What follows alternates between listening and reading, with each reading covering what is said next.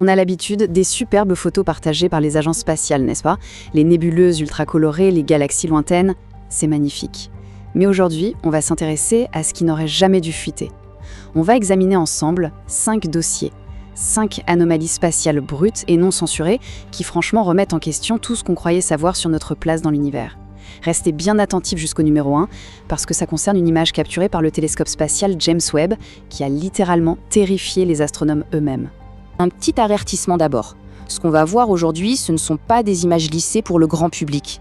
Il s'agit de données brutes, parfois même caviardées, qui défient totalement notre compréhension. On n'est plus là pour regarder les étoiles avec des yeux émerveillés, on scrute le vide à la recherche de ce qui a été effacé des serveurs officiels. L'objectif, c'est de garder un œil ultra analytique sur chaque détail visuel. Observez bien, parce que le diable, et peut-être bien la vérité, se cache dans les détails de ces données non autorisées. Allez, on commence tout de suite notre investigation avec l'anomalie numéro 5, le fameux satellite du Chevalier Noir. Regardez bien cette photographie. Elle a été prise lors d'une mission de la navette spatiale en 1998. Le regard est immédiatement happé par cette silhouette noire et massive qui flotte en orbite terrestre. Observez bien la symétrie de cet objet. Regardez ses angles très marqués. Sa forme se détache presque agressivement sur le fond étoilé, non ? Le contraste avec le récit officiel est tout simplement ahurissant. L'agence spatiale affirme avec le plus grand sérieux qu'il s'agit d'un simple débris, une couverture thermique perdue par l'équipage. Mais quand on analyse vraiment cette image fixe, on voit clairement des détails technologiques aigus, des arêtes vives, une complexité structurelle qui ne correspond à absolument aucune fabrication humaine connue et qui suggère une technologie matérielle bien plus avancée. Et le mystère s'épaissit encore plus quand on retrace la chronologie de cette anomalie. Figurez-vous que les premiers signaux radio étranges, potentiellement liés à cet objet, ont été captés dès les années 1920, bien avant qu'on ne lance le tout premier satellite artificiel. En croisant la récurrence de ces signaux avec les caractéristiques de l'orbite actuelle du Chevalier Noir, certains chercheurs en sont arrivés à une conclusion vertigineuse. Cette structure pourrait avoir près de 13 000 ans. Alors forcément, une question énorme s'impose. S'agit-il vraiment d'un satellite d'origine non humaine, posté silencieusement en orbite pour surveiller la Terre depuis l'aube de nos premières civilisations? C'est une hypothèse écrasante. Qu'est-ce que vous en pensez? L'espace des commentaires est ouvert pour confronter vos théories. Bien, quittons maintenant l'orbite terrestre. On s'enfonce un peu plus loin dans notre système solaire avec l'anomalie numéro 4, le monolithe de Phobos. Pour rappel, Phobos, c'est l'une des lunes de la planète Mars. Et pour bien comprendre le poids des anomalies détectées là-bas, il suffit de lire cette phrase. Nous devrions visiter le monolithe de Phobos. Ces mots ne sortent pas de la bouche d'un théoricien d'Internet. Ils ont été prononcés par Buzz Aldrin en personne, le 2e être humain à avoir marché sur la Lune. Qu'une figure historique de cette envergure reconnaisse aussi ouvertement et sérieusement cette anomalie martienne, ça donne un crédit vraiment troublant à ces données. Les données qu'on regarde proviennent de scans en très haute résolution effectués par la sonde Mars Reconnaissance Orbiter sur un terrain totalement aride et désolé. Analysons un peu cette structure. Observez l'ombre portée sur le sol, elle est d'une netteté clinique. Elle révèle un objet parfaitement rectangulaire qui se dresse fièrement à plusieurs dizaines de mètres de hauteur. Imaginez un peu la perfection géométrique de ce bloc monolithique qui surgit brutalement d'un astéroïde stérile, criblé de cratères. Ce contraste visuel absolu entre une géométrie pure et le chaos géologique de ce caillou mort, ça frappe l'œil immédiatement. Face à de telles données topographiques, l'interrogation fondamentale est inévitable. Pourquoi une telle perfection n'existerait-elle là, toute seule, sur un rocher mort qui dérive dans le vide absolu? Formation naturelle incroyablement capricieuse ou vestige délibérément laissé par une présence oubliée? La question reste en suspens et elle dérange. On change complètement d'échelle maintenant. Notre investigation prend des proportions titaniques avec l'anomalie numéro 3, les moissonneurs de soleil. Là, notre point de focalisation n'est plus un petit astéroïde, mais le cœur incandescent de notre système, notre étoile elle-même. Les satellites du programme SOHO surveillent le Soleil 24 heures sur 24 avec des caméras thermiques ultra sensibles.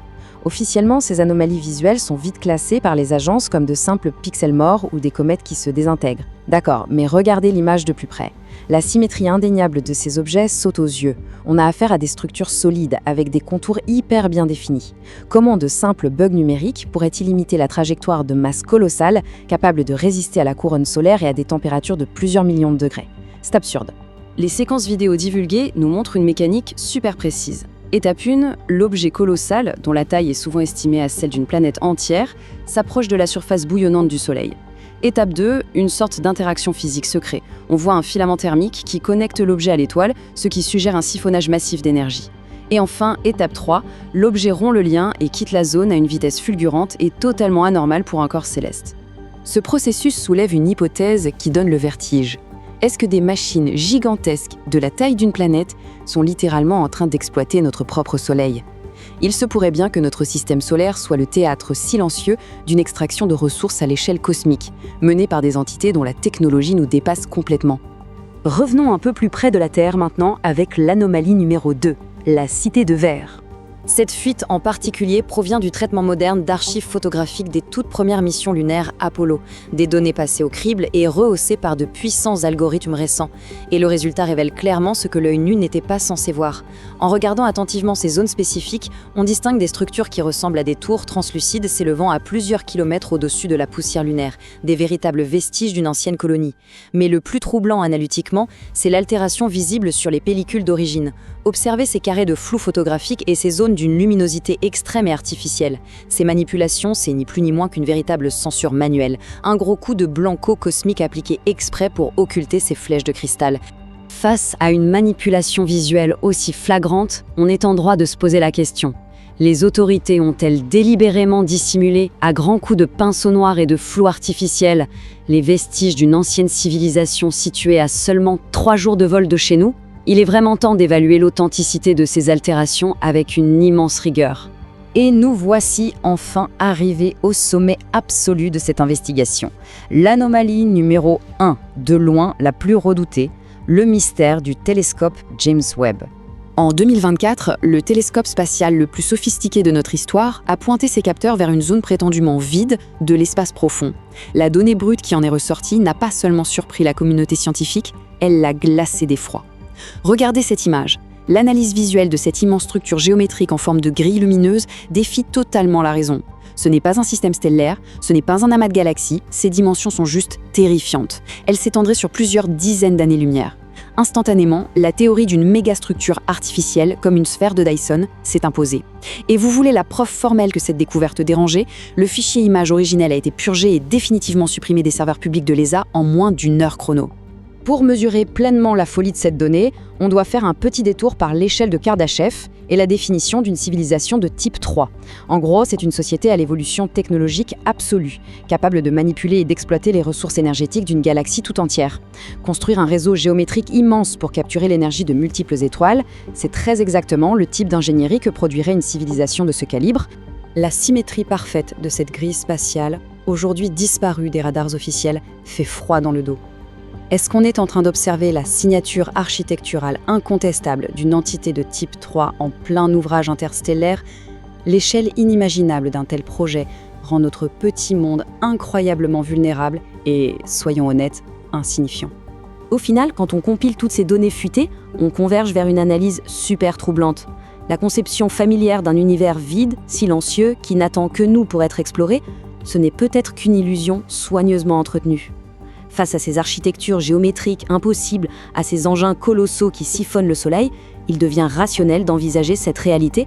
L'humanité n'est probablement que la toute dernière arrivée dans une galaxie déjà lourdement colonisée et structurée. Notre passage en revue de ces dossiers déclassifiés s'arrête ici, mais l'analyse des preuves doit se poursuivre en commun. Face à ces 5 anomalies spatiales majeures et au silence institutionnel pesant qui les entoure, je vous pose la question. Laquelle de ces images brutes vous paraît indéniablement la plus troublante ? C'est le moment d'apporter vos propres conclusions et de débattre de tout ça dans l'espace des commentaires. L'investigation continue.